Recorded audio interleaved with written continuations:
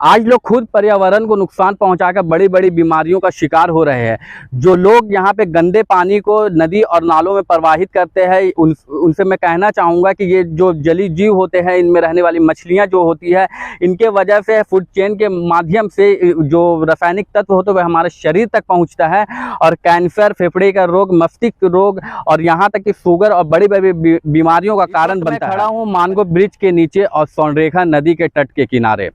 यह नदी जमशेदपुर से बहते हुए बंगाल की खाड़ी में गिरती है और यह नदी एक समय में 500 फुट से ज़्यादा इसकी चौड़ाई थी और इसकी जल धाराएं काफ़ी ज़्यादा लोगों को प्रवाहित और आकर्षित करती थी। लेकिन आज क्या वजह है कि यह नदी मात्र 200 से 250 फीट की दूरी पर सीमित होकर रह गई है। ऐसा माना जाता है कि जब 1907 में टाटा कंपनी ने अपनी कंपनी की स्थापना जमशेदपुर शहर में की थी, तब उन्होंने इस बात का ख्याल रखा था कि उन्हें पर्याप्त मात्रा में पानी मिलने के लिए एक स्वर्णरेखा नदी ही एक निश्चित और चिन्हित किया गया नदी था। जैसे जैसे आबादी बढ़ती गई और जनसंख्या में वृद्धि होती गई और टाटा कंपनी द्वारा भी केमिकल वाले जो रासायनिक तत्व है वह नदी में छोड़े जाने लगा और आबादी बढ़ने के कारण यहाँ पे लोगों को सीवर और नाली के पानी जो है इस नदी में छोड़ा जाने लगा, जिस कारण यह नदी आज इतना ज़्यादा प्रदूषित है कि इस नदी की स्थिति बहुत ही दयनीय है। अब देख सकते हैं कि दूर दूर तक का यहाँ पे जलकुंभी भरी हुई है और ये जलकुंभी जरूर देखने में थोड़े समय के लिए लोगों को आकर्षित करती है, लेकिन यह एक खरपतवार की तरह होता है। जिस जगह पर भी, जिस पानी या तालाब जो भी स्थान पर जलकुंभी पाया जाता है, जलकुंभी का एक काम होता है कि वह वहाँ के ऑक्सीजन लेवल यानी कि बीओडी को कम कर देता है। बीओडी यानी कि बायोलॉजिकल ऑक्सीजन डिमांड, इसकी कारण ही जलीय जीव जो होते हैं पानी के अंदर में वे सांस लेते हैं और जिस जगह पर भी यह जलकुंभी पाया जाता है वह वहाँ का ऑक्सीजन लेवल को कम कर देता है। ऑक्सीजन लेवल के कम करने के कारण मैरीन लाइफ में और मैरीन इकोसिस्टम, वाटर इकोसिस्टम में काफ़ी ज़्यादा नेगेटिव इम्पैक्ट होता है।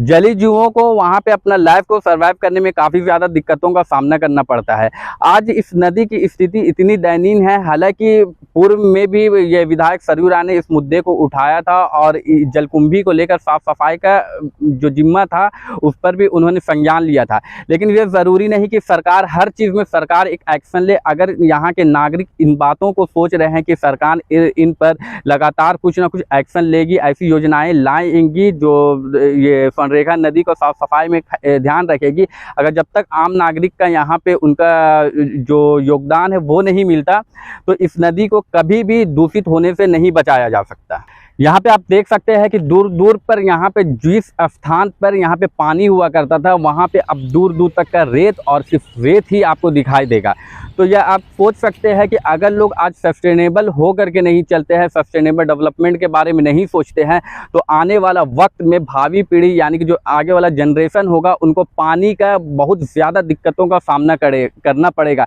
ऐसा नहीं कि सिर्फ आने वाले वक्त में पानी का ही किल्लत होगा, आने वाले वक्त में हर वह रिसोर्सेस का किल्लत होगा जो कि वर्तमान समय में उस पर ध्यान नहीं दिया जा रहा और सस्टेनेबल डेवलपमेंट की ओर बिना ध्यान दिए विकास किया जा रहा है। तो अब अगर आज के लोग सचेत नहीं होंगे, आज के लोग पानी को नहीं बचाएंगे, तो आने वाले वक्त में ये बहुत ज़्यादा लोगों को भविष्य में प्रभावित करेगा और लोगों को पानी का काफ़ी ज़्यादा दिक्कतों का सामना भी करना पड़ेगा। एक स्लोगन है कि जल है तो कल है, यह स्लोगन सही और सटीक बैठता है क्योंकि यह बात में सच्चाई है कि जल है तो कल है। और जिस कारण आज लोग लगातार नदी और नालों में गंदा पानी को छोड़ रहे हैं, जिस कारण जलीय जीव जो है और इकोसिस्टम जो है ये काफ़ी ज़्यादा प्रभावित हो रहा है। बायोडाइवर्सिटी में, जैव विविधता में काफ़ी ज़्यादा नकारात्मक और नेगेटिव इम्पैक्ट इसमें पड़ रहा है। अगर यही स्थिति रही तो आज यही कारण है कि बायोडाइवर्सिटी कुछ ही सालों के बाद में पूर्ण रूप से खत्म हो जाएगा। आज लोग खुद पर्यावरण को नुकसान पहुंचाकर बड़ी बड़ी बीमारियों का शिकार हो रहे हैं।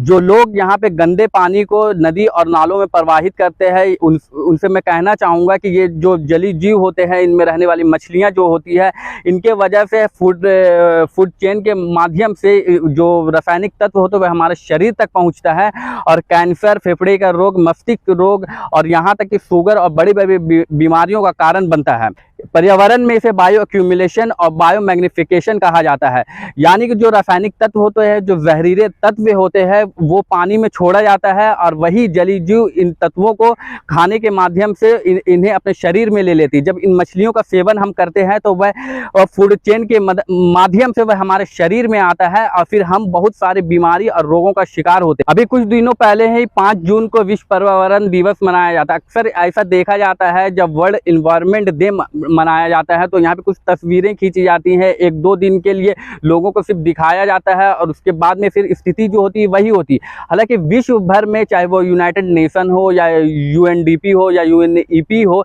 सारा लोग आज इन्वायरमेंट के लेकर चिंता व्यक्त कर रहे हैं। भारत सरकार पर भी इस पर लगातार दबाव पड़ता है, प्रेशर पड़ता है कि वह भी अपने कंट्री का सहयोग लेकर के, वहाँ के नागरिक का सहयोग लेकर के पर्यावरण को संरक्षित करे, ताकि बायोडायवर्सिटी और क्लाइमेट चेंज जैसे जो संकट उठते हैं वह संकट उठना बंद हो जाए और लोगों की आजीविका भी है जो वो सही तरीके से चले। क्योंकि बिना इन्वायरमेंट यानी कि बिना पर्यावरण के मानव का अस्तित्व कुछ भी नहीं है। इसीलिए हमारा कर्तव्य है कि हम इस पर्यावरण को बचाएं।